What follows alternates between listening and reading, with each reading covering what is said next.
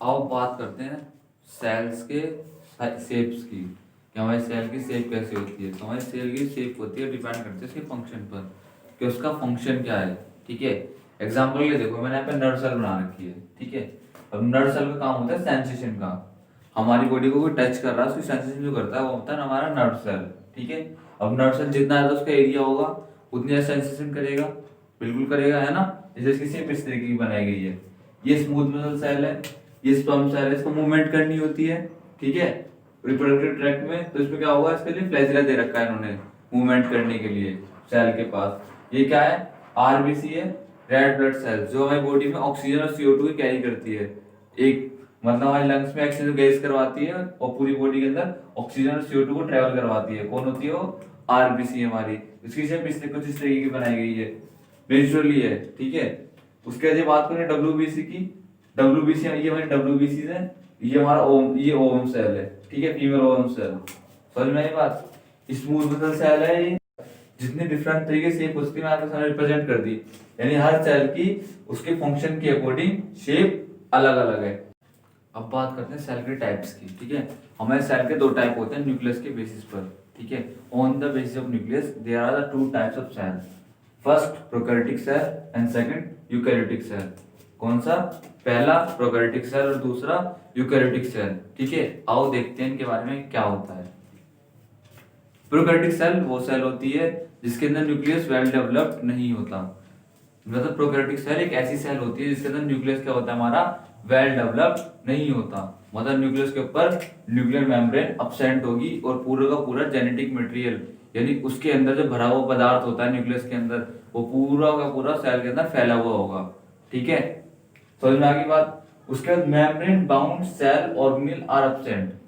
ठीक है, membrane bound cell organelle are absent. Cell organelle क्या होते हैं, हमारी सेल के अंदर जो साइटोप्लाज्म होता है उसके अंदर न्यूक्लियस को छोड़ के बहुत सारी चीजें स्विम कर रही होती हैं, तैर रही होती हैं, उसके अंदर पड़ी हुई होती हैं, पड़ी रहती हैं। जैसे हमारा माइटोकॉन्ड्रिया हुआ, एंडोप्लाज्मिक रेटिकुलम हुआ, गोल्गी बॉडी हुआ, लाइसोम हुआ। अरे फिकर ना करो, सब क्या बताऊंगा, नहीं पता तो सुन लो खाली फिलहाल अभी। ठीक है, ये सब क्या होता है, हमारे मेम्ब्रेन बाउंड ऑर्गेनेल होते हैं जो कि इसमें अब्सेंट होते हैं। एग्जांपल के लिए इसकी बात कर रहा हूं मैं, बैक्टीरिया की। किसकी बात कर रहा हूं मैं, बैक्टीरिया की। ठीक है, अब मैं यही बात करूं और यूकैरियोटिक सेल की, तो यूकैरियोटिक सेल वो सेल होती है जिसके अंदर न्यूक्लियस हमारा well developed and well define होता है।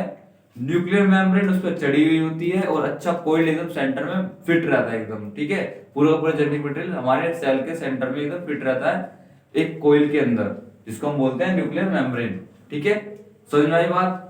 उसके अगर मैं बात करूं, membrane bound cell organelle present होते हैं। ठीक है, यानी हमारा mitochondria, endoplasmic reticulum, Golgi body, lysosome इसमें प्रेजेंट होंगे। एग्जांपल के लिए plant cell and animal cell. आओ जरा इनकी सेल्स के डायग्राम को देख लेते हैं एक बार। अब चाहो तो इसका स्क्रीनशॉट ले सकते हो।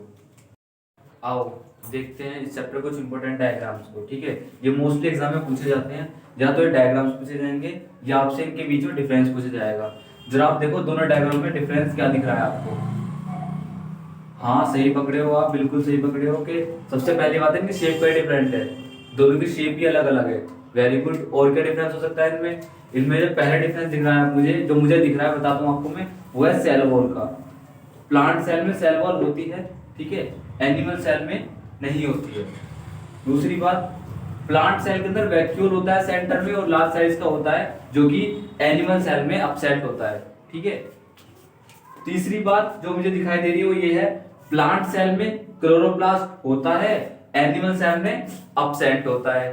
ठीक है, फोर्थ बात क्या है हमारी, फोर्थ बात यह है कि प्लांट सेल का जो न्यूक्लियस होता है वो एक कॉर्नर में होता है, एनिमल सेल का न्यूक्लियस बिल्कुल सेंटर में होता है।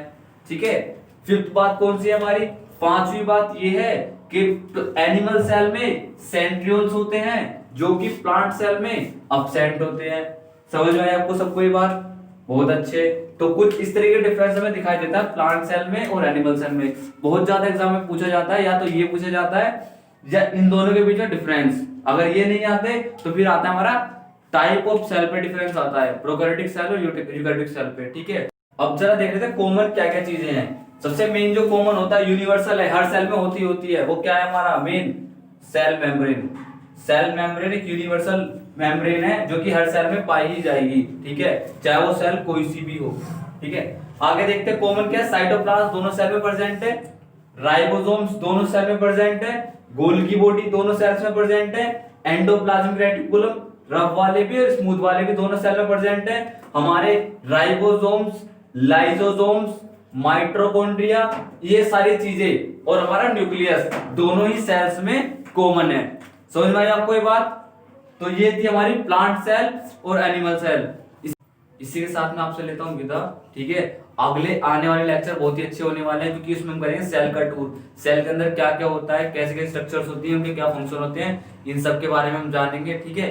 सेल का पार्ट 1 देखना मत भूलना, लिंक डिस्क्रिप्शन में दे रहा हूँ, स्क्रीनशॉट लेना मत भूलना, ठीक है। इसका स्क्रीनशॉट ले लीजिए आप लोग। इसी के साथ बाय बाय, टेक केयर, जय हिंद, जय भारत, बाय।